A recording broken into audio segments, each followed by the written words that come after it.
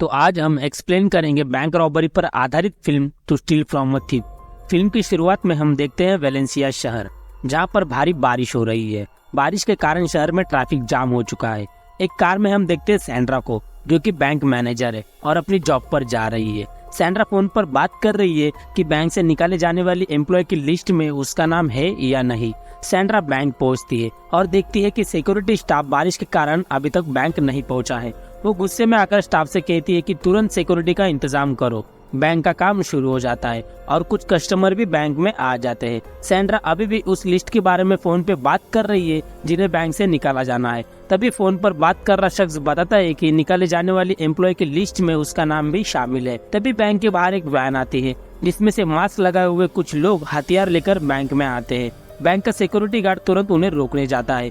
तभी गैंग का member jacket खोलकर उसे बम दिखाता है और धमकी देता है कि अगर चालाकी करने की कोशिश की तो वो पूरे बैंक को उड़ा देगा। अब रॉबर्स बैंक का मेन गेट बंद कर देते हैं ताकि कोई भी कस्टमर अंदर ना आ सके। गैलोगो नाम का एक रॉबर बैंक मैनेजर की कैबिन में जाता है। सैंड्रा अभी भी फोन पे बात कर रही है। तभी बैंक का एक एम्प्लॉय मौका देखकर पुलिस को बुलाने के लिए अलार्म बटन दबा देता है, जिसे एक रॉबर देख लेता है। उसका नाम उरुग्वायो, जो कि गैंग का लीडर है। वो अलार्म बटन दबाने वाले उस एम्प्लॉय को मेज पर खड़ा करके सभी बैंक स्टाफ से कहता है कि ये है एम्प्लॉय ऑफ द मंथ। फिर वो उसे पिस्तौल का बट मार के नीचे फेंक देता है और बाकी स्टाफ को वार्निंग देता है। लेकिन अब गैंग की मुश्किलें बढ़ने वाली हैं, क्योंकि पुलिस किसी भी वक्त यहाँ पहुँच सकती है। लोको नाम का एक रॉबर सभी कैमरा डीएक्टिवेट कर देता है और सैंड्रा को भी हथकड़ी लगा देता है। पुलिस अब बैंक के बाहर है। बैंक रॉबर से डील करने के लिए पुलिस तुरंत एक कमांड सेंटर बनाती है, जहां से इंस्पेक्टर लुइस डोमिंगो बैंक में फोन करता है। उरुग्वायो इंस्पेक्टर से कहता है कि अगर कुछ भी किया तो वो बंदूकों के साथ बैंक को भी उड़ा देगा। अपनी डिमांड बताते हुए उरुग्वायो कहता है कि उन्हें एयरपोर्ट जाने के लिए एक मिनी बस चाहिए।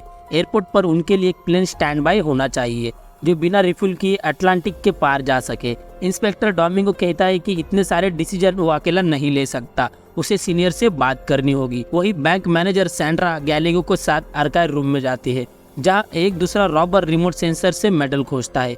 वे कारपेट हटाते हैं और फ्लेम थ्रोअर का इस्तेमाल करके मेटल फ्लोर को काट देते हैं। गैलेगो उस छेद से टनल में आता है, लेकिन भारी बारिश के कारण टनल में पानी भर चुका है, इसलिए अब वे बैंक लूटकर टनल के रास्ते नहीं भाग सकते, जो कि उनका प्लान था। गैलेगो ऊपर आके उरुग्वायो को बताता है कि टनल में पानी भर चुका है। ये सुनकर उरुग्वायो निराश हो जाता है, क्योंकि बारिश के कारण उनका प्लान फेल हो चुका है। इसके लिए उन्होंने 2 महीने से प्लानिंग की थी। जब वे बात कर रहे हैं तब सैंड्रा उन्हें सुन लेती है और गैलेगो को बताती है कि उनका प्लान अच्छा था, लेकिन बारिश ने उनका सारा गेम बिगाड़ दिया। सैंड्रा कहती है कि अब उनके पास ज्यादा वक्त नहीं है, इसलिए वे एक डील कर सकते हैं ताकि वो दोनों यहाँ से जाते वक्त फायदे में रहे।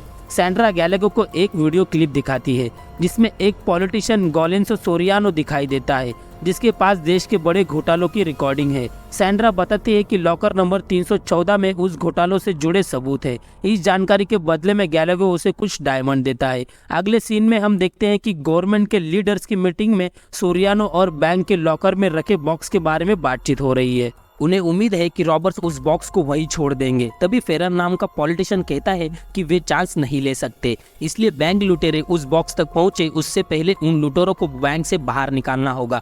वही बैंक में उरुग्वायो पुलिस इंस्पेक्टर को फोन करके कहता है कि उन्हें पानी और खाना चाहिए। वे 3 बंदूकों को बम से जुड़े जैकेट पहनाते हैं और अन्य 3 बंदूकों को रॉबर्स के रूप में तैयार करते हैं। उन्हें बिना गोली की मशीन गन देते हैं। वे कहते हैं कि बम को छूना मत वरना ब्लास्ट हो जाएगा। उसी दौरान रॉबर्स बैंक में से हो सके उतना पैसा समेट लेते हैं और भागने के लिए तैयार होते हैं। तभी गैलेगो लॉकर रूम में सोरियानो को बॉक्स देने जाता है, जहां पहले से उरुग्वायो मौजूद है और वो बॉक्स को अपने साथ ले रहा है। गैलेगो उरुग्वायो से कहता है कि सोरियानो के बॉक्स वाली बात हमसे क्यों छुपाई। उरुग्वायो पूछता है कि तुम्हें बॉक्स के बारे में कैसे पता चला। गैलेगो कहता है कि बैंक मैनेजर ने उसे बताया। इसके बाद सभी रॉबर्स टनल के रास्ते भागने की तैयारी करते हैं। जैसे ही वे सुरंग के रास्ते अंदर जाते हैं, उन्हें पता चलता है कि पानी का बहाव इतना ज्यादा है कि वे टनल पार नहीं कर सकते। उसी वक्त इंस्पेक्टर बैंक में कॉल करता है, लेकिन कोई फोन नहीं उठाता। इंस्पेक्टर को लगता है कि शायद रॉबर्स वहां से चले गए होंगे। वही बंदूकों की परवाह न करते हुए पॉलिटिशियन फरहान पुलिस को बैंक में अटैक करने के लिए कहता है। तभी रॉबर्स बैंक में वापस आने का फैसला करते हैं, लेकिन उन्हें ये मालूम नहीं था कि पुलिस वहां उन्हें शूट करने के लिए तैयार है। उरुग्वायो दौड़ता हुआ आके फोन रिसीव करता है। इंस्पेक्टर उसे बताता है कि खाना आ चुका है, लेकिन ये रॉबर्स को खत्म करने की एक चाल है।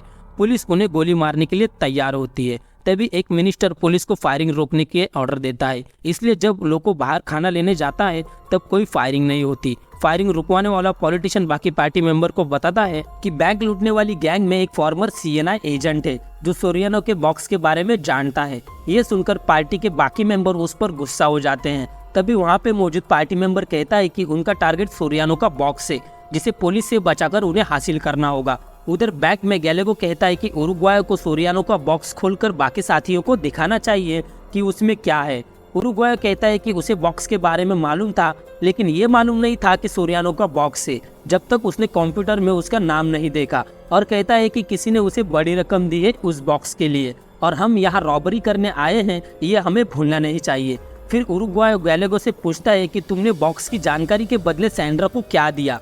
गैलेगो चुप रहता है, इसलिए उरुग्वायो सैंड्रा के पास जाता है। उरुग्वायो कहता है कि गैलेगो ने तुम्हें क्या दिया था। तभी उसे पता चलता है कि सैंड्रा ने सारे डायमंड निगल लिए हैं। जब ये लोग बहस कर रहे थे तभी लोको नाम का एक रॉबर सोरियानो की हार्ड ड्राइव कंप्यूटर में एंटर करता है, लेकिन गलती से हार्ड ड्राइव का सारा डेटा डिलीट हो जाता है। वहीं दूसरी ओर गवर्नमेंट बैंक रॉबर्स को हैंडल करने के लिए कर्नल मैनेजो को नियुक्त करती है। मैनेजो बैंक में फोन करके उरुग्वायो को फेस टू फेस बात करने के लिए कहता है। वो उरुग्वायो से वादा करता है कि अगर वो उसके कहे मुताबिक करेगा तो वो पूरी गैंग को यहाँ से सही सलामत बाहर निकाल देगा। इस मीटिंग को सीक्रेट रखने के लिए कर्नल मैनेजो पुलिस अफसरों के बदले अपने सैनिक भेजता है। वही लोको उरुग्वायो से कहता है कि हार्ड ड्राइव में ट्रोजन वायरस था जिसने सारा डेटा डिलीट कर दिया। ये सुनकर उरुग्वायो काफी निराश हो जाता है, क्योंकि अब ये सब फंस चुके हैं। कर्नल मैनेजो के भेजे हुए सैनिक उरुग्वायो से हार्ड डिस्क मांगते हैं, तब उरुग्वायो कहता है कि उनके पास देने के लिए कुछ भी नहीं है। तभी गैलेगो एक गार्ड पे हमला करता है, क्योंकि उसे लगता है कि अगर सैनिकों को हार्ड ड्राइव मिल गई फिर ये उन्हें मार देंगे।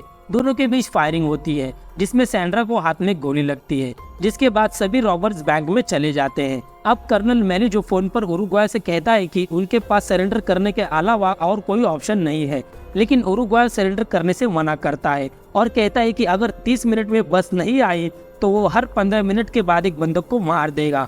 इस बातचीत को इंस्पेक्टर डोमिंगो सुन रहा है। तभी कर्नल मैनेजो इंस्पेक्टर से कहता है कि रॉबर्स किसी को नहीं मारेंगे, क्योंकि वो प्रोफेशनल है और किसी का खून करके वो और क्राइम में नहीं फंसेंगे।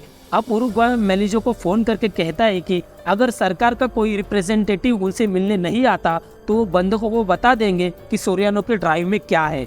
सोरियानो का नाम सुनते ही इंस्पेक्टर डोमिंगो अपने सीनियर से बात करता है और कहता है कि अब सीएनआई इस ऑपरेशन की इंचार्ज है और सोरियानो भी इसमें शामिल है। तभी पॉलिटिशियन फरहान बैंक में आता है। वो उरुग्वायो से मीटिंग करके कहता है कि उनके पास सरेंडर ही एकमात्र ऑप्शन है।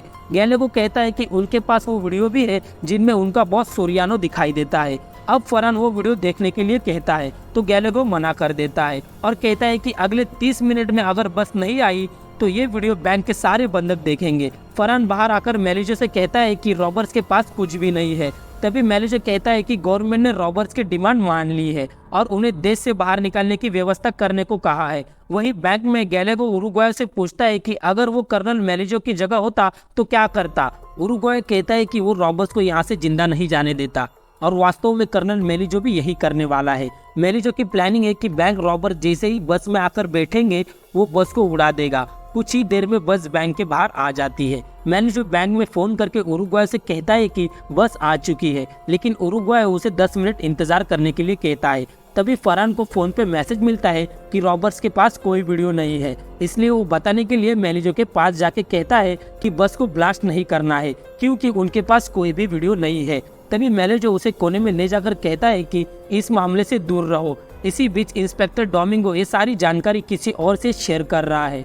10 मिनट के बाद कुछ लोग बैंक से बाहर आते हैं, लेकिन ये सारे बंधक होते हैं और उन्होंने जो एक्सक्लूसिव जैकेट में लगा रखे थे वो सब भी नकली थे। वही रॉबर्स बैंक से भागने के लिए टनल में जाते हैं, क्योंकि बारिश रुक जाने के बाद टनल में पानी का बहाव कम हो चुका है और थोड़ी देर डाइव करने के बाद सभी रॉबर्स टनल के एंड तक पहुंच जाते हैं। अब न्यूज में रॉबरी की खबर आती है। जिसमें बताया जाता है कि वो सोरियानो के वीडियो की तलाश कर रहे थे जो प्रेसिडेंट बनना चाहता है। दोस्तों, यहाँ हमें पता चलता है कि इंस्पेक्टर डोमिंगो ने सोरियानो की हार्ड डिस्क और रोलिंग पार्टी के साथ पार्टनरशिप की बात प्रेस में लीक कर दी थी। जब बैंक में कोई भी नहीं मिलता तो पुलिस बोट लेकर टनल में जाती है, लेकिन उससे पहले लुटेरे अपने कपड़े बदलकर वहां से चले गए थे।